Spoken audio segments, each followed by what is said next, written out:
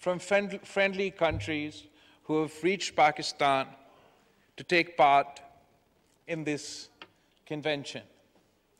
Now, our guests might be wondering that a country that has survived half of its existence under martial law, who's had its constitution violated time and time again, why would we be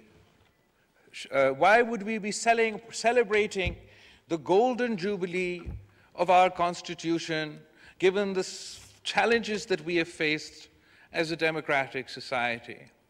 And the simple answer is, it's something that has always been true for Pakistan. We do not define ourselves by the challenges that we have faced. We choose to define ourselves by how we have faced those challenges. And while it is true that the Constitution of Pakistan has been violated time and time again, Mr. Speaker, we've seen one military dictator after another military dictator usurp the rights of the people of Pakistan. It is equally true that time and time again the people of Pakistan have resisted each and every single usurper, each and every single dictator, whether his name was General Zia-ul-Haq or whether his name was General Musharraf. It is the brave people of Pakistan who've not only faced all forms of hardship, all forms of authoritarianism, all forms of dictatorship, but they have defeated them as well. And the credit for the restoration of the Constitution of Pakistan, the credit for the restoration of democracy in Pakistan goes to the people of Pakistan. Janabi Speaker, we are a young and fledgling democracy. The unity government has chosen to sacrifice political capital in the greater good of Pakistan, in the greater good for democracy of Pakistan, and in the greater good for the economy of Pakistan. And it is why we chose, while we were in opposition, in the face of suppression, in the face of authoritarianism, where not only our leaders were arrested, but the women of our household were arrested. Mr. Speaker, I am proud of the fact that my party and my family have fought against dictatorship for 3 generations. But we have never, Mr. Speaker, we have never taken the law into our own hands. Mr. Speaker, we faced the worst form of suppression. The founding father of our Constitution, Qaid-e-Awam, Shaheed Zulfikar Ali Bhutto, was hanged. But, Mr. Speaker, the members of the Pakistan People's Party set themselves on fire. They did not set Pakistan on fire.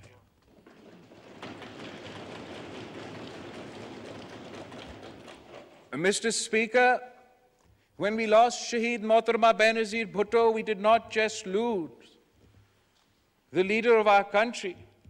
We lost my mother after she had lost her father, after she had lost one brother, after she had lost another brother. And at the time, there was great anguish across Pakistan. There was great anger across Pakistan. But even at the young age of 19, Mr. Speaker, I called on my supporters not to take revenge from an institution based on the actions of an individual. And, Mr. Speaker, the Pakistan People's Party's motto was that democracy is the best revenge.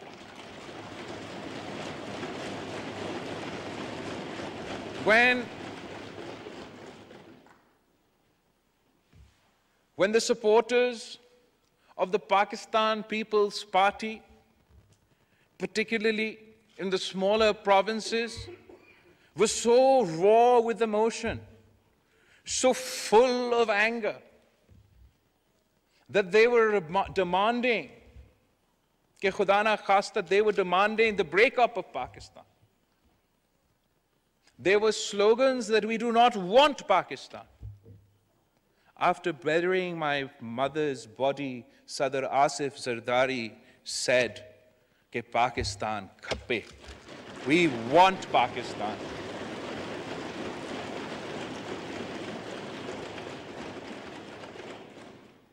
Janabi Speaker, we have faced some of the worst examples of authoritarianism. We've experienced some of the worst examples of authoritarianism.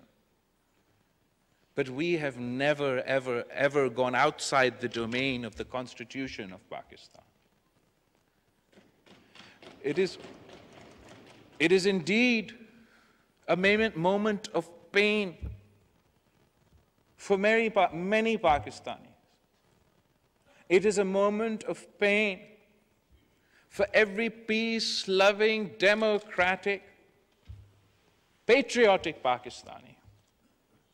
What we have seen play out before our eyes over the last couple of days. I want to not only apologize to our guests, but I want to apologize to the people of Pakistan. They do not deserve this. The people of Pakistan who are facing some of the toughest economic challenges that we've experienced in our history, whose real issue, whose real worry is how are they going to get their next meal, have been held hostage by the politics of a few populists, a few anarchists. And while the people of Pakistan have stood up to every dictator, and the people of Pakistan have experienced every military dictator and faced them head on, I have full faith in the people of Pakistan that they will face every fascist head on.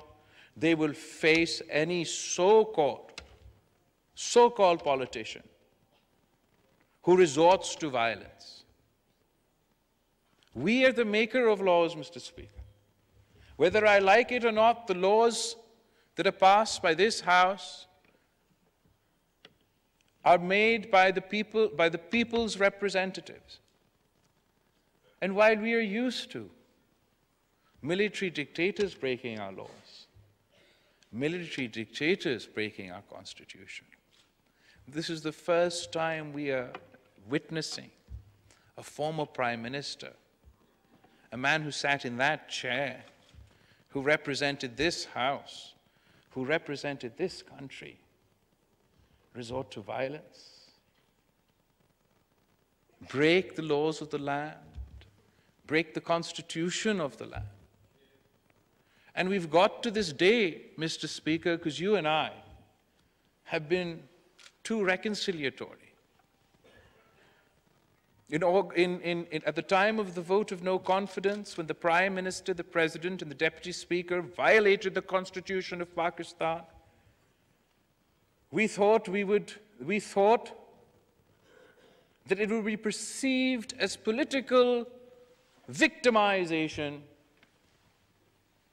if those who had broken the Constitution had been tried for breaking the Constitution, and so we did nothing. When those who were caught by their own party members receiving foreign funding to conduct their politics, when the Constitution and law of Pakistan allowed that you ban any political party who is a foreign-funded political party, we were worried that it would be perceived as political victimization, and we did nothing. When an individual resisted arrest, and a few officers reached his house to present him with his arrest warrant, he turned the city of Lahore into a war zone. We did nothing, for we feared to be perceived as conducting political victimization. We have allowed every single red line to be broken one after another. We have given carte blanche to certain political parties to do as they like. But, Mr. Speaker, today our Constitution, our law, is not being challenged by any military dictator.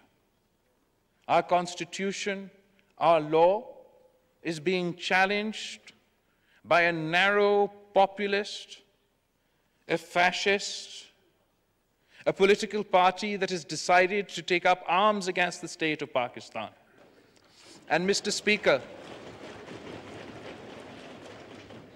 I want to guarantee you and our guests standing before us here today that just as the Pakistan People's Party has resisted every single military dictator in our history, we will resist the populists of today.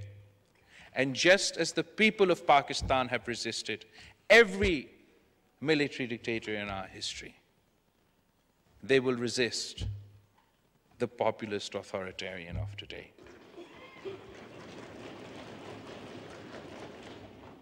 We must all act together, Mr. Speaker, to preserve and protect the Constitution and its laws in good times and in bad. And we have full faith in you, in this House, in our Constitution, and in our people, that we shall overcome.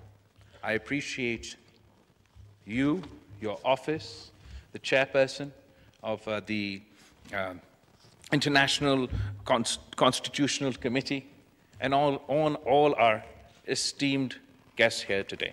Pakistan Zindabad.